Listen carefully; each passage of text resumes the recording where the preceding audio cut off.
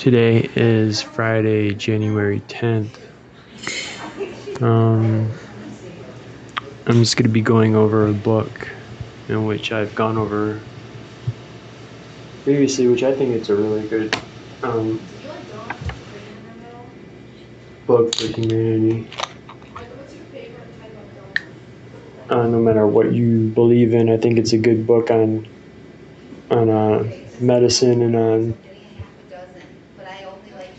spirituality and just overall just a great book. It's that book Astrotheology and Shamanism,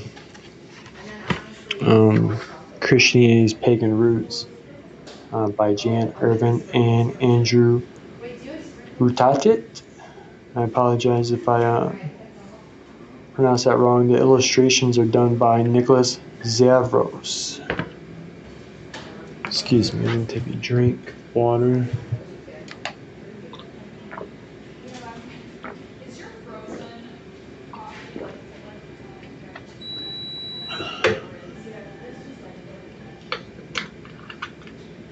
I'm going to try to make this not so dry. This is going to be a very I like to go through everything first before, and then actually start to kind of like place the pieces together. And that's kind of how I do things personally in my life, is I just kind of read through everything, take in all that information, and then try to present it later in a way in which is acceptable. At least that's what I try to do.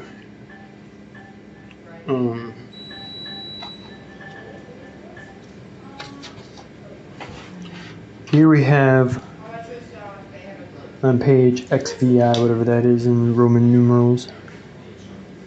This is just so I can go back later and reference this and place the pictures in there for you, is the Cathedral Portal of Notre Dame, Paris, France. The Gospels quote Jesus as saying, "I am the door." It is obvious that one does not walk up to a door and just stand there. You walk through it. So I can actually, go ahead and reiterate on this a little bit more right now, and it's basically the difference between, knowing the path. It's the difference between book learning and truly stepping into consciousness and one's true will. There's a difference between simply having the knowledge and just saying, okay, well, that's interesting, but not really applying it into the manifested reality. So you walk through it. You don't just stare at the door. You have to walk through the door. And there's a lot of people just they're staring at the door, and they're just standing at the door, but they're not walking through the door. Now you can take that however you want to take it. You could take that as a literal initiation into a secret society, however you want to take that. But to me, that's about becoming conscious and taking right action in the world and manifesting it into this reality. Though there are those who would claim also this is the world, and there's rules that abide by on the planet. Take it how you may. As we are entering a new age, we must leave the age of Christianity and move on. We have stood at the doorstep of spiritual evolution long enough. The time has come for humankind to enter the temple, to walk through the door. Page 1, Part 1, the Aquarius initiation. The Aquarius initiation is a people's worldwide initiation into the ancient occult mysteries. So it's a worldwide initiation. The peoples, all peoples. That means all peoples. Now, I jump from a lot of different topics. I'll say, people is a legal term, which it is. It can be construed as a legal term. When you say people and you look in the Black's Law Dictionary, the term people in all capital letters means something a lot different. So I like to say the term human being. I don't like to use the term people. No longer are the mysteries to be reserved for the ancient secret societies. Okay, so I want to reiterate, no longer are the mysteries to be reserved for the ancient secret societies or contemporary groups of men practicing authoritarian elitism. Okay, it's no longer. Very clearly states that. Now, if you follow these guidelines, I don't understand why individuals would claim to be protectors of some type of knowledge when really they're just kind of like forestalling the inevitable. Astrotheology and shamanism is about dismantling the knowledge, disseminating, the knowledge of the heavens and the earth by providing a fundamental understanding in the fields of astrotheology and shamanism. Both are equally important in finding our place in history and understanding religious history itself. Failing to understand the mystic nature of both astrotheology and shamanism has been a tragic oversight by many researchers and truth seekers. Searching for the truth is a lifelong devotion. It is not something that can be handed to someone in a word or a sentence or even a single book. Truth is an understanding that only the observer can comprehend. So that's what I say about people which, who love to go to books and say, well, this is what it says in this book. And, book knowledge is fine. All words are living and breathing words, but you can't, that's not the ultimate truth. The ultimate truth is within each individual. And like I said, it's one thing, okay, yeah, we know this, but you're not walking. So it's the difference between knowing it and walking the path. And me personally, I use, what, sort of techniques I use personally, but everyone has their own technique. Living a life in the quest for truth and convincing others of the truth can be quite difficult when popular belief and truth are on opposite sides of the same coin. Manly Palmer Hall spoke of truth not as a word, doctrine, system, philosophy, or religion. Paul often said that the truth is alive, is a conscious creature in and of itself. It has its own beginnings and it has its own ends. These beginnings and endings, whether they are conscious or not, are what we call paradigm shifts. And as truth goes through these great cycles, so shall humankind. The age of Aquarius is said to be the age when today's mysteries become tomorrow's common understanding. The age of information, the age of enlightenment. In the first part of this book, we will provide evidence that the Earth's entire physical new age, quote unquote, every 2,150 years, based on proven astronomy and the planetary precession of the equinoxes. This is, if you want to look into the Yuga cycles, Lost Star, Myth and Time. That's a great book to read on that. Based on proven astronomy and planetary precession of the equinoxes, to show how this has shaped religious symbolism and philosophy throughout history. Of utmost importance to our study is the fact that we are physically leaving the old age of Pisces and beginning the new age of Aquarius. On May 5th, 2000, there was a grand planetary alignment. This came directly on the heels of the Grand Cross of August 18, 1999, and the solar eclipse of August 11, 1999. These events mark the end of the Aztec calendar, and many people have accepted this rare occurrence as the beginning of the new age.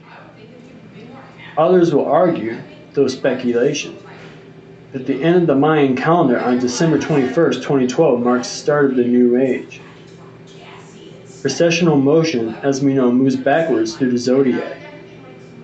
And the problem arises when we consider that the end of the age of Pisces occurs when the vernal point is actually at 0 Pisces, preparing to enter 29 degrees Aquarius. You can also look into, now I've been recently applying Manila's Astronomica to with the dodecahedrons. Basically, with the sort of like a flat Earth model, and you can imagine if you were to take that, and then I'll also have a graph in which I'll post on here, and basically imagine it as like a cone, okay? And imagine that cone, it goes down to like a ray, especially if you take the flat Earth model into consideration. Then you can also apply the nakasatras to this as well. Now I know it's a sidereal zodiac as well, and there's also there's 13 zodiac signs. I know a little bit about that, but I'm just asking you to research that and apply it. Moving on. Precessional motion, as we know, moves backward through the zodiac, and a problem arises when we consider that the end of the age of Pisces occurs when the vernal point is actually 0 Pisces, preparing to enter 29 degrees Aquarius rather than the last degree.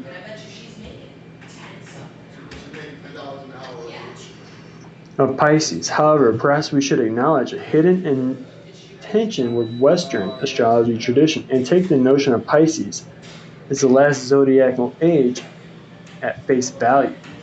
Doing so, Western astrology proclaims that the 0 time of precession is when the age of Pisces, the last quote-unquote zodiacal sign, ends, which would be sometime in the next 2 centuries. From this perspective, the 0 time of Western astrology appears to be in general accord with the Maya end times.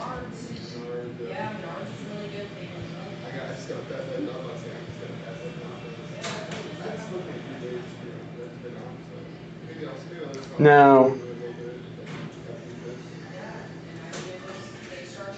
the Enochian system of astrology is a lot more in depth. I think it actually goes more into not only this is my theory in which I'm writing about in a historical, I guess you can call it historical fiction book, that it's actually not just the zodiac of our planet, it's the zodiac of other planetary systems. And to me, that's where people don't understand that zodiac system so well, the Enochian system. Precessional motion, as we know, moves backwards through the zodiac sign. And the problem arises when we consider that at the end of the age of Pisces occurs when the vernal point is actually 0 Pisces, preparing to enter 29 degrees Aquarius, rather than the quote-unquote last degree of Pisces. So I think you can apply, what I just said, and perhaps try to figure out perhaps I'll figure out that problem. Most religions are and were based on this ancient knowledge of and reverence for, quote-unquote, the heavens. This knowledge has been withheld from the general public. Global knowledge and understanding of the ancient mysteries has not happened in recorded history. Previously, small and intimate mystery schools and secret societies were the only ways to be initiated into the secret teachings of all ages. In the present day, bits and pieces of the mysteries are told in various ways. The pieces are hidden in religion, television shows, movies, music, and other media. However, the majority will still overlook or even demonize the core teachings of astrotheology and shamanism.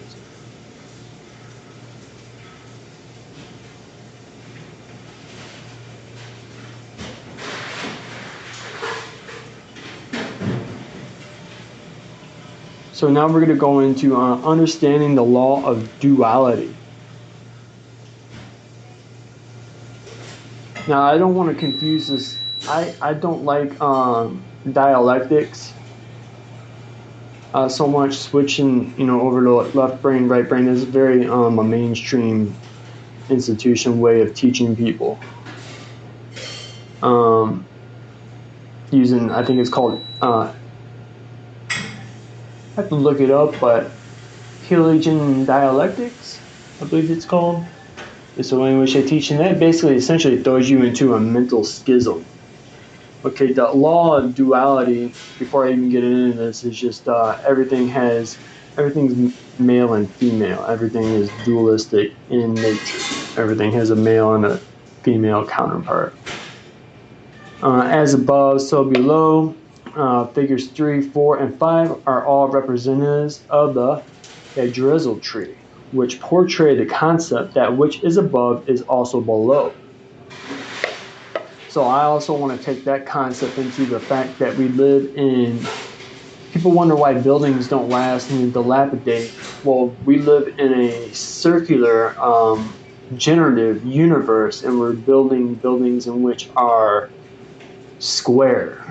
So if you take that into account, as above, so below,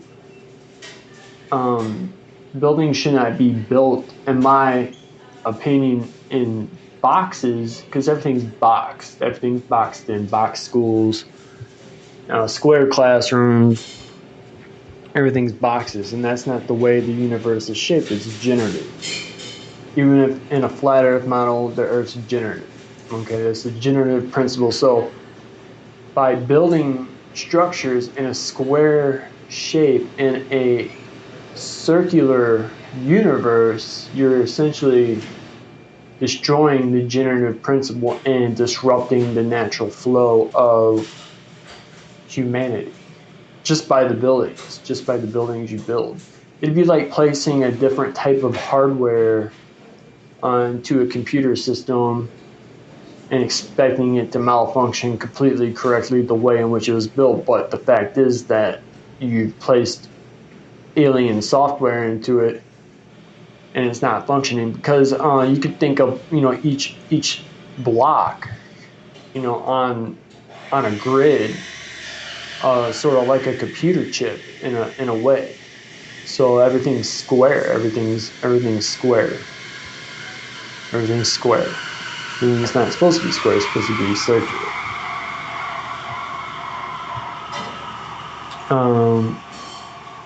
Figure 3 depicts the leaves reaching up the sky with the bird Aqua, sometimes called Sophia, which is mine.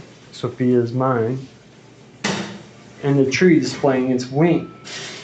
Notice the tree and its roots under the ground where the dirt has been stripped away, showing the underworld, known as the chthonic realm. The chthonic realm is the dwelling place of the serpent, winding its way around the root system of the tree, the wings above the serpent. Deer are also present. The image is applied all throughout religion, alchemy, and mysticism. Figure 4 is showing the branches that extend into the heavens, as well as the branches' roots that anchor the tree to the earth. As in the heavens, so on earth. This dualistic philosophy is applied throughout religion. Now, I don't like to use, I have to reiterate here because a lot of people like to, try to argue with me on notions, not really argue, but kind of use it as a discrediting tool. I don't like to use the word religion. I don't really like to use the word, and then I guess the word philosophy is okay, but religion, I don't like to use the word religion. Because to me, religion means to relegate, to bind. So I don't like to use that word, we can just use throughout, all sacred teachings, because all books are all sacred teachings. All sacred books. The further out into the heavens we go, we see the world tree. The axis of the earth, the poles, is now acting as a tree, branching out unto the heavens, above the earth and below the earth. One of the great motifs of a myth is the wondrous tree, so often described as reaching up to heaven. There are many of them. The ash, Yazari, and the Ida, the world-darkening oak. Now remember, oak is a real popular tree all throughout mythology, even in Irish legend. and I speak on different councils and different theories, such as the Grand Druid Council and other such organizations. So it's not that these teachings are all evil.